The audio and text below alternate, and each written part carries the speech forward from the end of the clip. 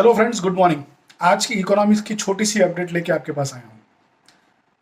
मुझे एक बात बताइए, आप आपके पास हमेशा पैसा बचा रहता है या हमेशा पैसे की किल्लत रहती है? ये सवाल मैं क्यों पूछ रहा हूँ, इसके पीछे मैं लॉजिक थोड़ी सी देर में आपको समझाऊंगा। नॉर्मली ऐसा बोला जाता है कि जिन व्यक्तियों के खर्चे उनकी इनकम से कम होते हैं, उनके पास हमेशा पैसे बचे हुए रहते हैं। ये तो लॉजिकली आपने बहुत सारी चीज़ों में, वीडियोस में बहुत जगह पढ़ा ही होगा। लेकिन अगर हम देश की बात करें, तो क्या हमारा देश ऐसा है? तो उसका आंसर है नहीं। हमारे देश का जो ट्रेड डेफिसिट है, यानी कि जितनी चीज़ें हम इंपोर्ट करते हैं उसके बदले हम जितनी चीज़ें एक्सपोर्ट करते हैं, वो बैलेंस हमारा निगेटिव में है।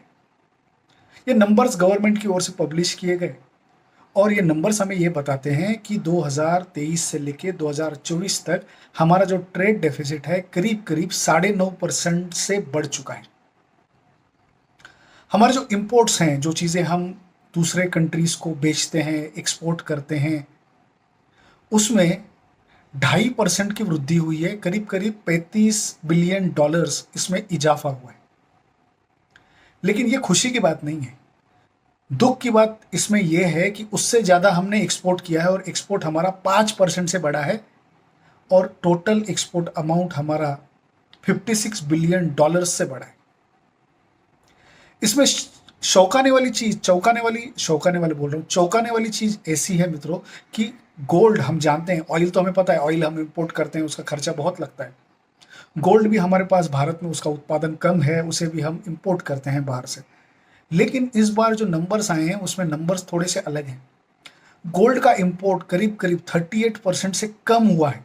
कहीं तो ये सोवरेन गोल्ड बॉन्ड्स जो रिजर्व बैंक इशू करती है, क्या इसके पीछे उनका कोई हाथ है या उसकी कोई स्कीम का इम्पेटस है, मुझे नहीं पता।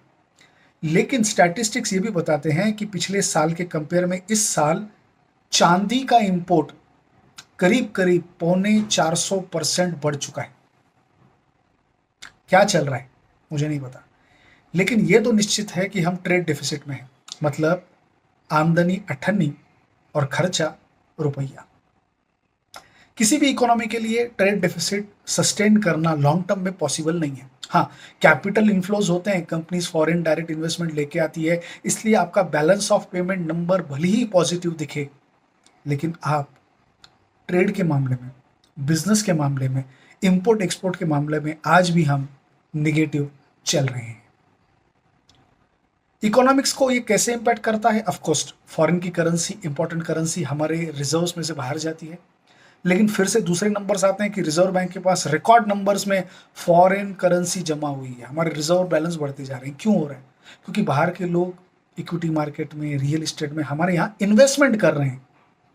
हमारी चीज़ें बाहर कम जा रही हैं। इसी सवाल के साथ आज रुकते हैं, फिर से मिलेंगे। तब तक वीडियो को लाइक कीजिए, शेयर कीजिए, सब्सक्राइब कीजिए। मिलते रहिए। शुक्रिया।